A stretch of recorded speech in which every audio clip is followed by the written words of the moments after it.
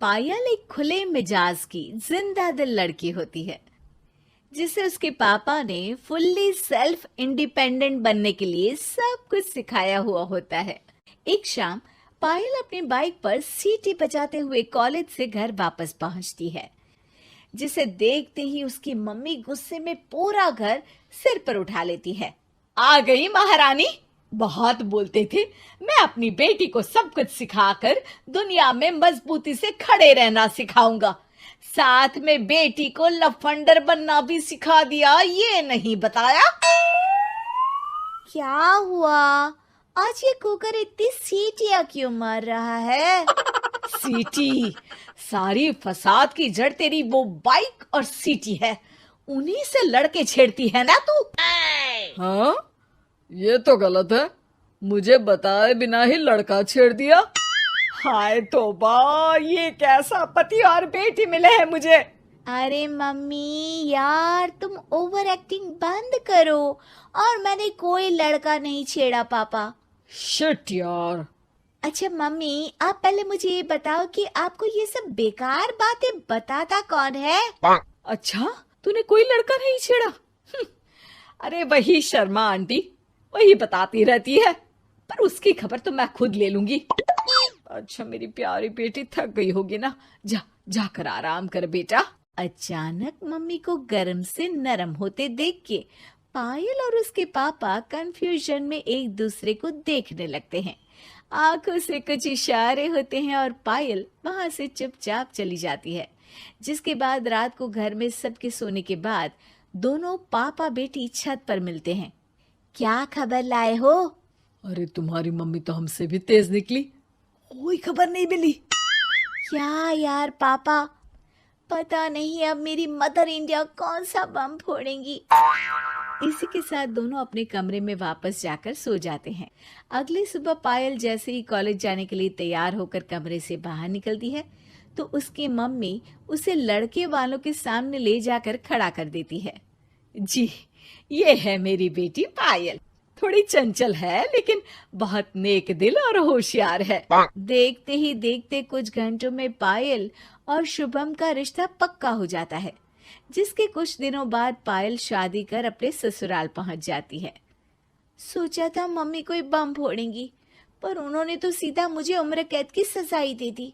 बहू, अब उम्र कैद समझो या बम, रहना तो यही है, निभाना यही है, इसलिए छिछोरी हरकतें बंद करनी होगी। है? ये आप क्या बात कर रही हो? मैंने क्या किया?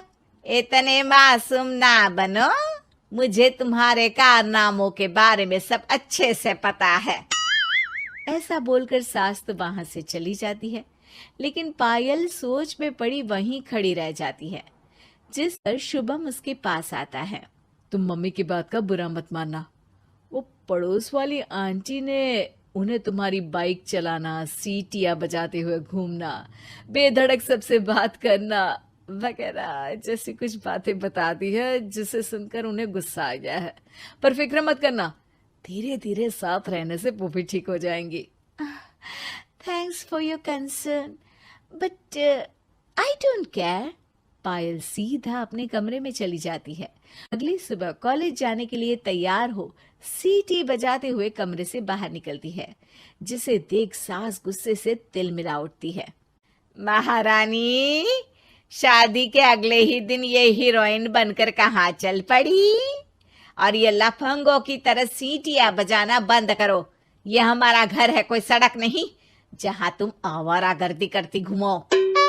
मम्मी जी, सीटी बजाने और कंफर्टेबल कपड़े पहनने से लोग कब से आवारा बनने लगे?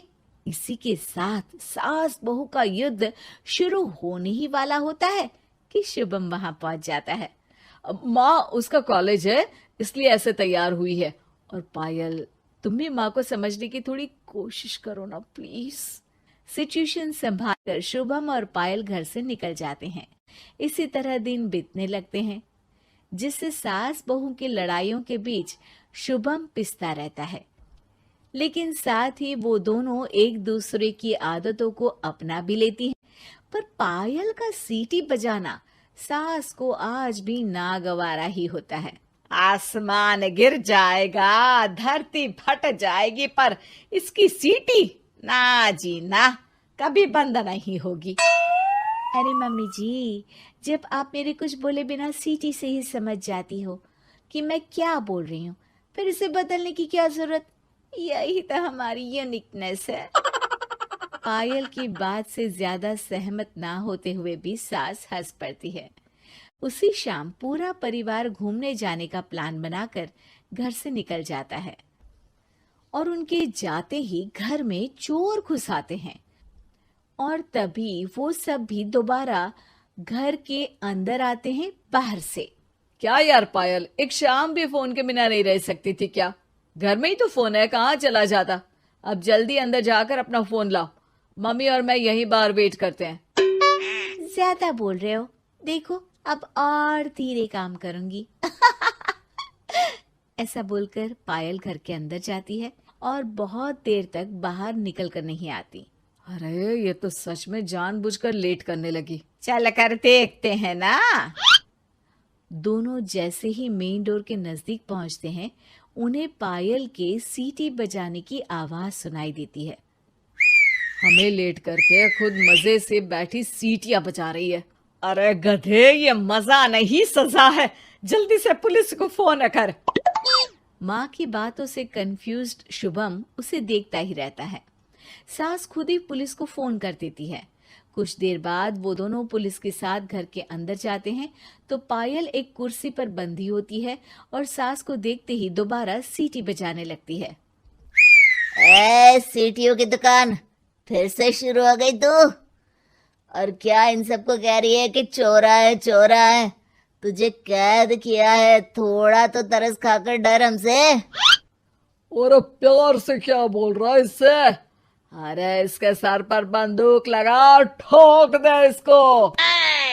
अरे चल झूठे, तेरे पास तो हथियार है ही नहीं। सास की बात सुन वहां मौजूद सारे इंसान हैरान रह जाते हैं और पुलिस तुरंत उन चोरों को अरेस्ट कर लेती है। आपको कैसे पता कि इनके पास हथियार नहीं है? अरे सीटी नहीं तो बताया।